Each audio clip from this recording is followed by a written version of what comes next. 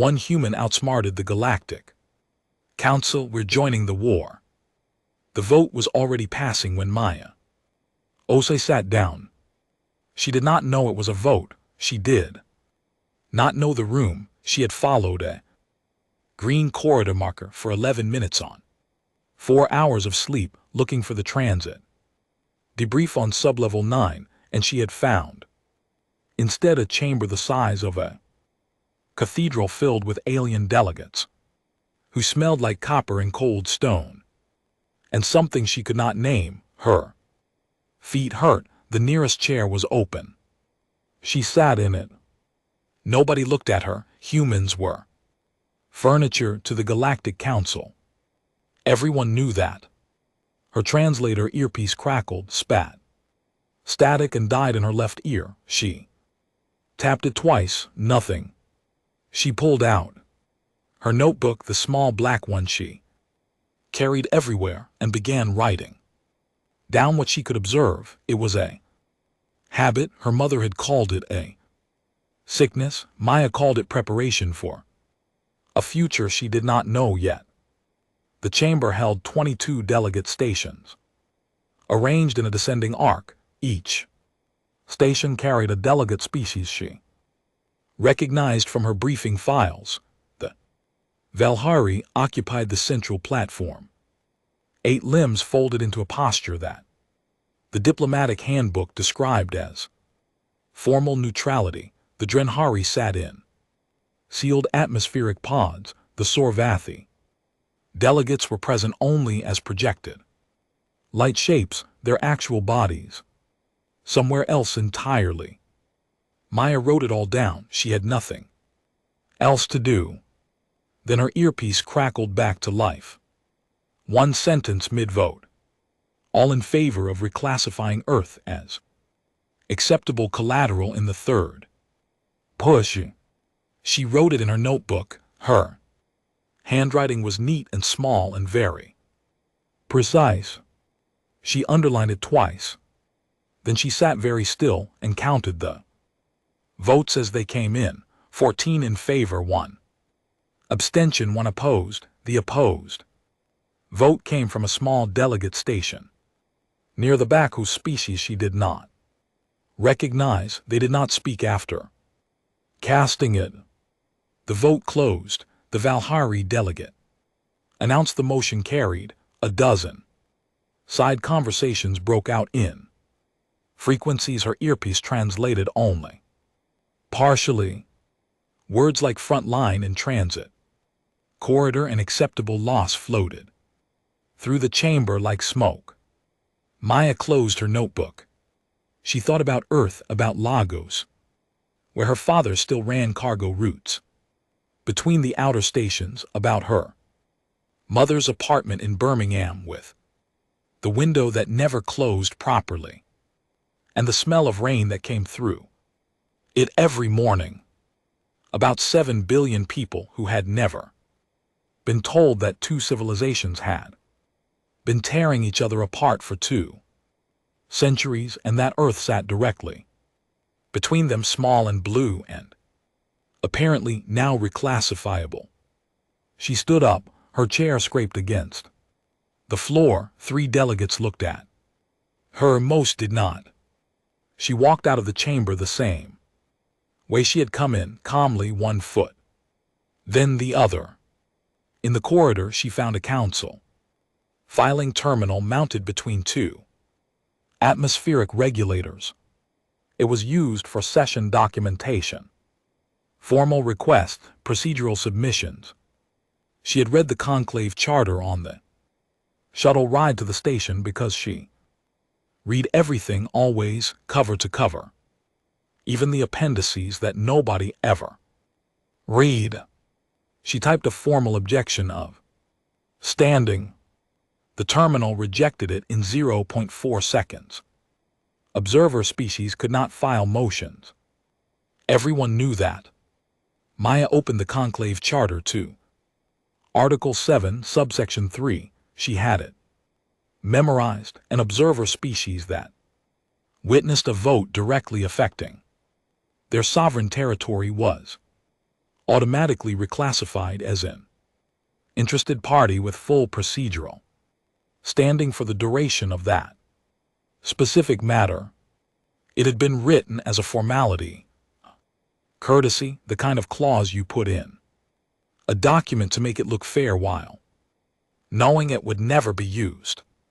She refiled the objection, cited Article 7, cited the vote she had just witnessed, cited the date, the session number, and her own name as attending witness. The terminal accepted it in 0.4 seconds. She walked to the nearest rest alcove, sat down on a bench that was the wrong height for human anatomy, and ate the energy bar she had in her coat pocket. It tasted like chalk and artificial mango. She ate the whole thing. Her earpiece connected to the station network, and she pulled the full session record for the vote she had just witnessed. It had not been classified yet. It would be soon, but the administrative delay between a closed session and its classification window was 6 hours. She had read that in the appendix that nobody ever read. She downloaded the full record to her personal device. Then she pulled up the conclave charter again and began reading from the beginning. She had 6 hours. She used all of them. By the time a conclave administrative aide found her in the alcove and informed her that the council had formally registered her objection and requested her presence at an emergency reconvening, she had read every relevant article, every subsection, and every amendment dating back 90 years. She had 17 objections prepared. She stood up, straightened her jacket, and followed the aide back down the corridor. The chamber was full now. Every delegate station occupied. 2 additional stations have been brought in for hegemony war proxy observers attending by remote link. The room was loud with the specific tension of people who had been surprised by something they considered impossible. Maya sat in the same chair she had sat in before. The Velhari delegate looked at her for a long moment. Its translator module pulsed with the soft yellow light that indicated formal address. This session, it said, was closed. Your presence during the vote was an administrative irregularity. The council does not consider it binding testimony. Maya opened her notebook. Article 7, subsection 3 disagrees. She said, I have 17 procedural objections to file. Would you like them in order of submission or order of legal weight? The chamber did not go loud. It went very quiet, that particular quality of quiet that happens when a room full of experienced people realizes they have underestimated something and are now doing rapid arithmetic about what that means. The Velhari delegate said carefully, what does humanity want from this proceeding? Maya looked up from her notebook. We want to see the map. Nothing moved in the chamber, not a limb, not a light, not a translated syllable. The map, the actual navigational war map, showing the front lines of the hegemony. Conflict with Earth's position marked in relation to both, classified from humanity for 80 years. Every human diplomat who had ever served on conclave station had been given border access, advisory access, cultural access. Nobody had ever been given the map. That, the Velhari delegate said, is not something this council can provide. Maya turned to page 3 of her notebook where she had written out Article 12 in full, including the amendment that had been added 60 years ago and never publicly announced. I've already submitted a map access Request under Article 12, subsection 1, which grants interested party status the right to review any classified material directly relevant to the motion under dispute. She looked up. Again. You have 48 hours to comply or formally deny on record. She closed the notebook. I'll wait, she said. The Velhari delegate looked at her for a very long time. Its 8 limbs were perfectly still. The translator light pulsed once, dimmed, and did not come back on. The session was suspended pending review. Maya walked out into the corridor, found a water dispenser, and drank 2 cups of water because she was extremely thirsty and had been for several hours. Water tasted like nothing. She drank a 3rd cup anyway.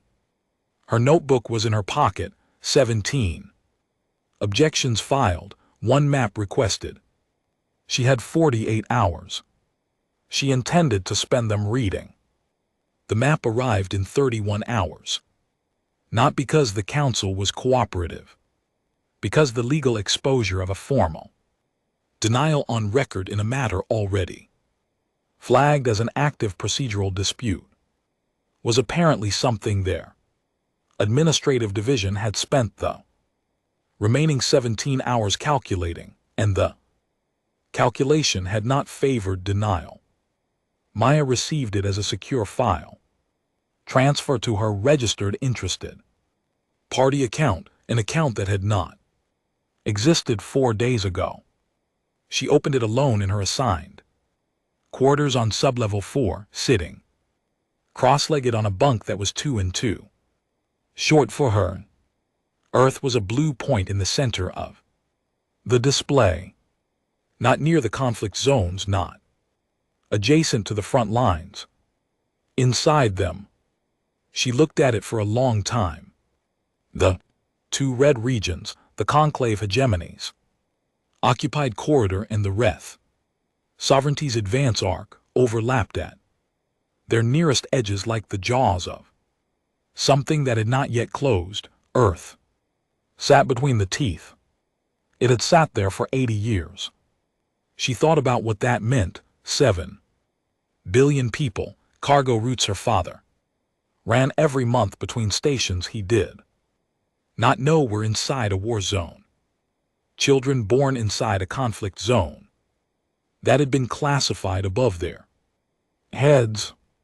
A species kept carefully uninformed, carefully small, carefully harmless, while 2 civilizations ground each other down across the corridor they lived in.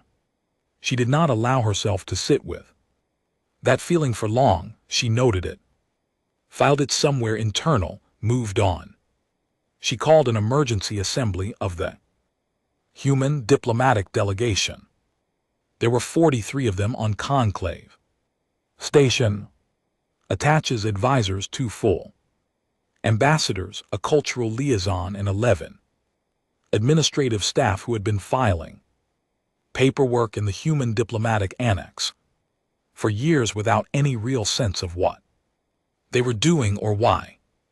They assembled in the annex briefing room in 40 minutes. Ambassador Colin Ward was 64 years old, gray-haired with the posture of a man who had spent 3 decades learning to make himself unobtrusive. He had been the senior human diplomat on Conclave Station for 9 years. He was very good at carefully managed, respectful permanent irrelevance. He sat at the head of the table and looked at Maya with an expression she could not immediately categorize. She put the map on the screen. The room did not react the way she had expected. There was no shouting, no outrage, no immediate surge of noise. Ambassador Ward took off his glasses. He set them on the table in front of him.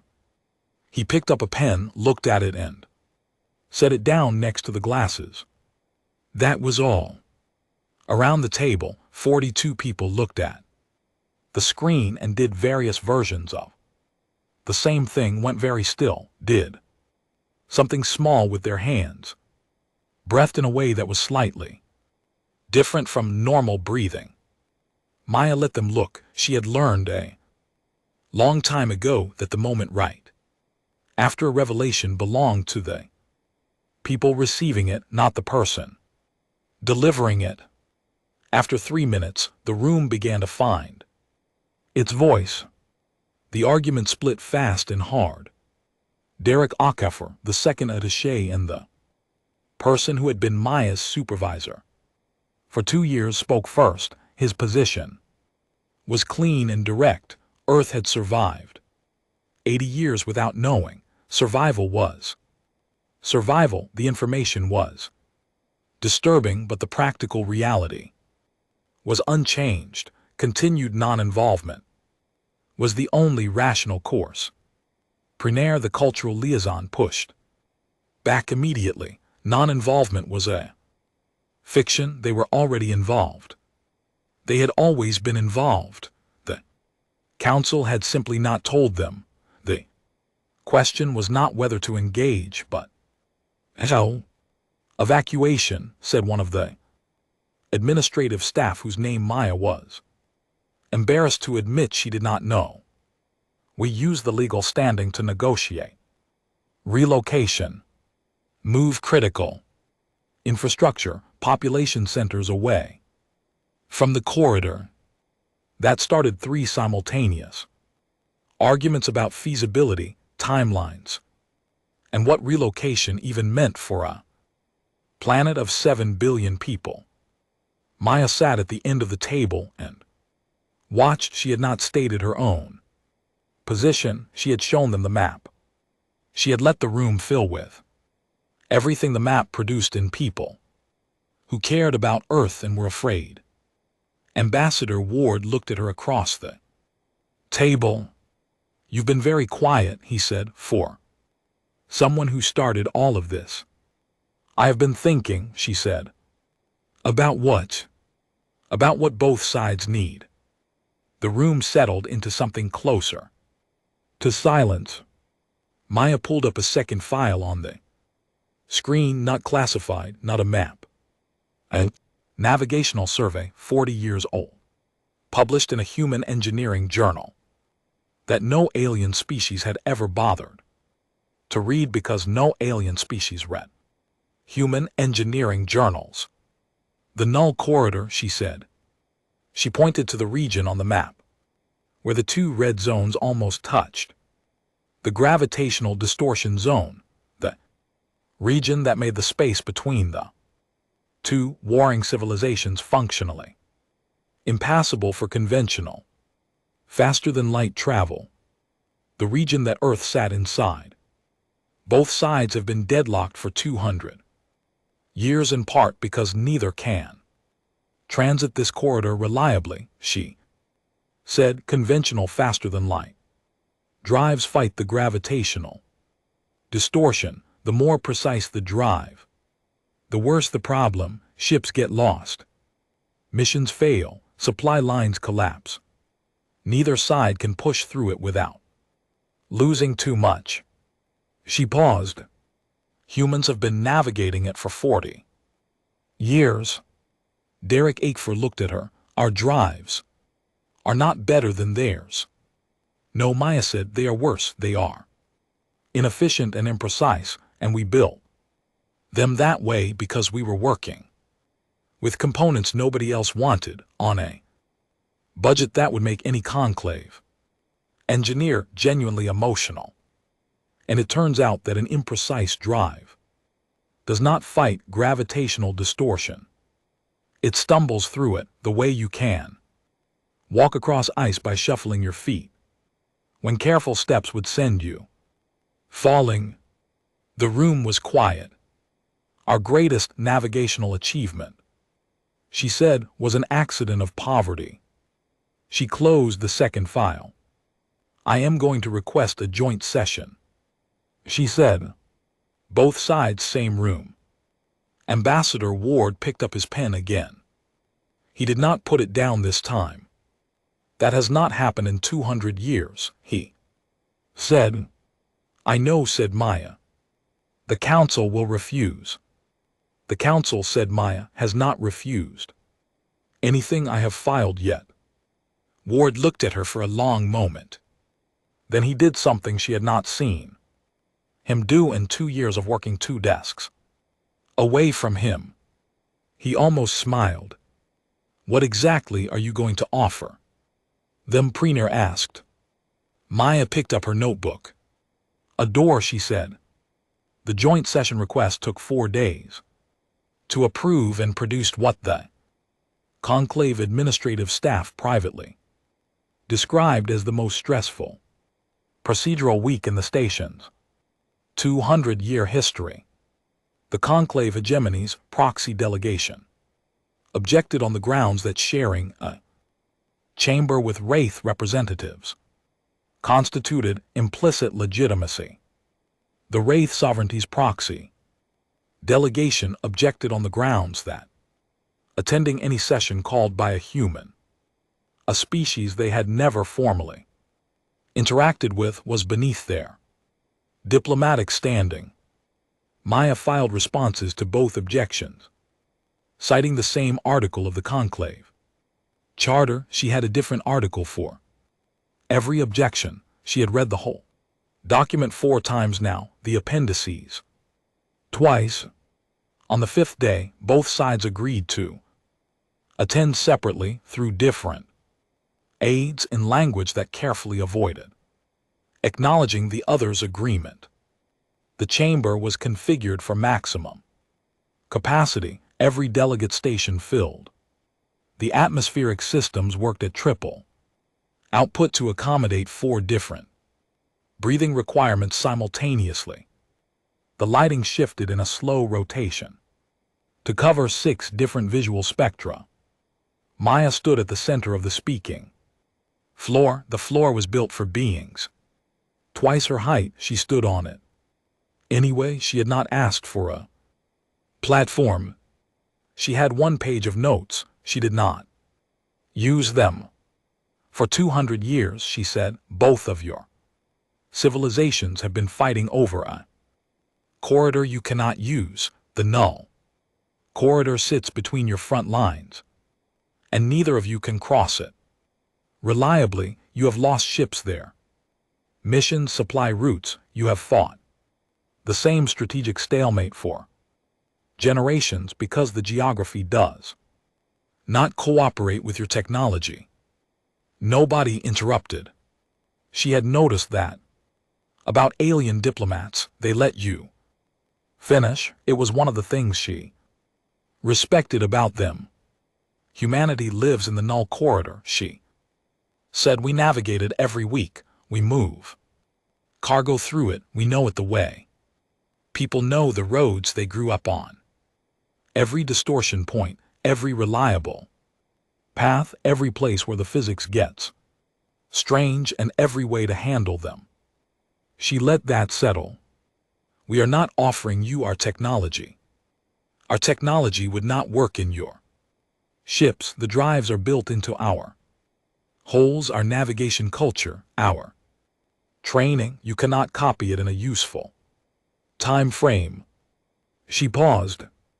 We are offering you transit, human-piloted ships, human navigation, passage through the null corridor for humanitarian cargo, medical supplies, and should both parties agree, negotiated exchange of non-combatant personnel.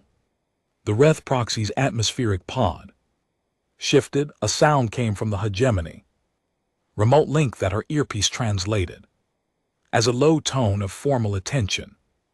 We will not fight for either of you, Maya said clearly. We will not carry weapons. We will not transport military assets. We answer to no chain of command but our own. Our ships fly under our flag and our authority inside the corridor, and what we say in there is final. She looked at the Velhari delegate who had been watching her from the central platform since she walked in. You made us an observer species 80 years ago, she said. You kept us small and uninformed and safe. I understand why. I even understand that you believed it was a kindness. She did not look away. We observed. Now we are acting on what we observed. The Velhari delegate was silent. What you are describing, the Reth proxy said through a translator that rendered its voice as a deep, resonant tone, gives humanity a permanent strategic position in the corridor. Leverage over both sides. Yes, Maya said simply. You are a young species, comparatively speaking. You have been a protected observer for 80 years, and you are standing here proposing to position yourselves as neutral corridor authority. Yes. Why should either side trust that neutrality? Maya thought about her father running cargo routes through distortion fields. He did not know we're a war zone, about 40 years of humans navigating something nobody else could navigate for no strategic reason, simply because they needed to get from one place to another. And the corridor was in the way. Because we have been doing it for 40 years, she said, and we have never been doing it for you. We were doing it for ourselves. Neutral is not a pose we are adopting. It is what we already are. The room held that. Then the hegemony remote link spoke. The translator rendered it in flat, diplomatic cadence. We request a recess to consider the proposal. The Reth proxy made the same request 6 seconds later. Maya returned to her seat. Derek Okafor leaned toward her. They're going to try to negotiate separate agreements. Play you against each other. I know, Maya said. What are you going to do? File a joint terms amendment that makes separate agreements procedurally void. She said, I drafted it this morning. Derek Okafor sat back in his chair and looked at the ceiling for a moment. You did all of this, he said slowly, because you sat in the wrong chair. Maya opened her notebook to a fresh page. I sat in the right chair, she said. I just did not know it yet. The vote, when it finally came, required a supermajority. 17 in favor, 1 opposed, the same small delegation near the back. She looked at the number 17. She did not underline it. She did not need to. The ship was named the Machna. It was a long-haul freighter out of Lagos Station, retrofitted twice with a hull that carried 17 years of repair patches and a navigation system that 3 separate conclave engineers had looked at and described using words her earpiece had declined to translate. Captain Yusuf Asa was 58 years old. He had been running cargo through the null corridor since before Maya had finished secondary school. He had volunteered for the first transit under the new accord without telling his daughter. She found out when she saw the manifest. She did not call him. He knew she knew. They were the kind of family that communicated through motion and silence and got along fine that way. The Machna departed from docking bay 7 at 400 station time. Maya watched the departure feed from the human diplomatic annex. The ship moved out of dock with the specific unhurried confidence of something that had done this 1,000 times, which it had. She turned off the feed, watching would not make it faster. The null corridor, when you were inside, it was nothing like the charts made it.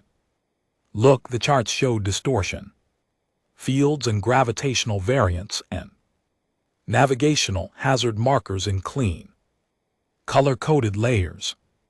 The reality was a region of space where instruments sometimes gave readings that were technically accurate and practically useless, where a coffee cup placed on a surface, would sometimes sit perfectly still and sometimes drift 6 in to the left for no reason that satisfied.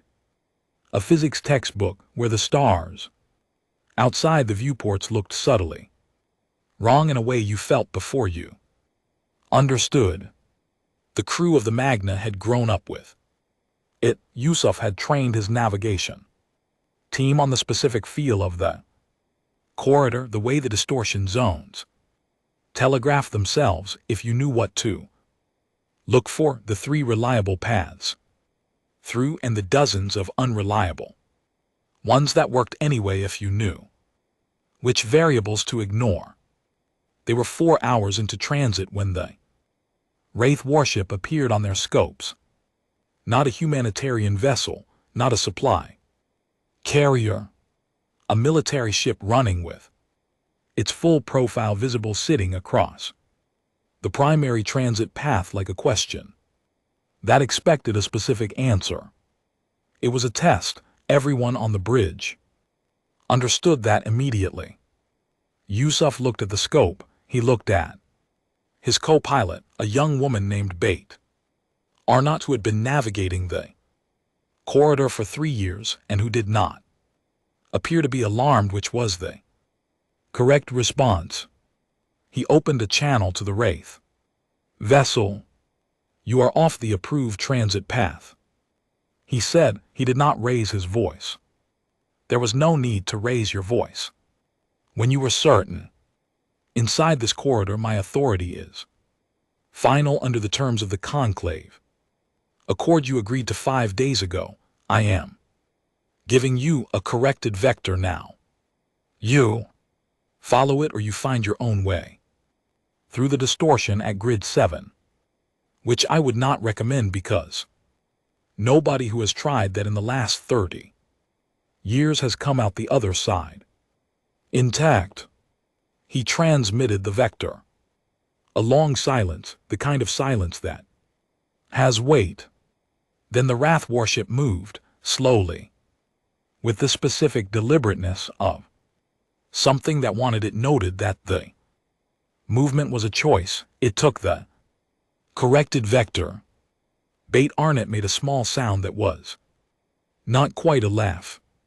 "Keep eyes on it," Yusuf said. It followed the vector without incident through the remaining transit zone and peeled away at the corridor's edge into Wrath-controlled space. Yusuf filed his transit report at the end of the run. In the field marked incidents, he wrote 1 word. In the field marked resolution, he wrote 2 more. Then he sent his daughter a message. 3 words. Corridors open, come. Maya was in her quarters when the message arrived. She had been sitting at her desk with her new notebook open in front of her, the first page blank. She had not been able to decide what to write first. The first page of a new notebook always felt like a commitment to something, and she had wanted to wait until she knew what that something was. She read the message twice. She closed the notebook, put it in her coat pocket, and booked a transit shuttle to Lego Station. The shuttle was small and old and smelled like fuel and the specific, particular exhaustion of machinery that had been working for a long time without rest. She sat next to the window. The stars outside were the same stars they had always been. Somewhere behind her, in the charts she had memorized, in the corridor that her family had been navigating for 40 years. Before anyone called it strategic, 7 billion people were going about their lives, running errands, making food, watching the same stars from the surfaces of cities that had existed inside a war zone without knowing it, and which now had someone making sure the war knew they were there, not as a target, not as collateral, as the people who walked between. The shuttle entered the outer approach to Lago Station. Below the corridor began, she could see the first Distortion markers on the navigation. Display the ones that looked alarming. On charts and felt like home when you knew them. She opened her notebook. She wrote one line. Then she put the pen down and watched the corridor approach, and for the first time in a week she did not feel like she was waiting for something. She was already inside it.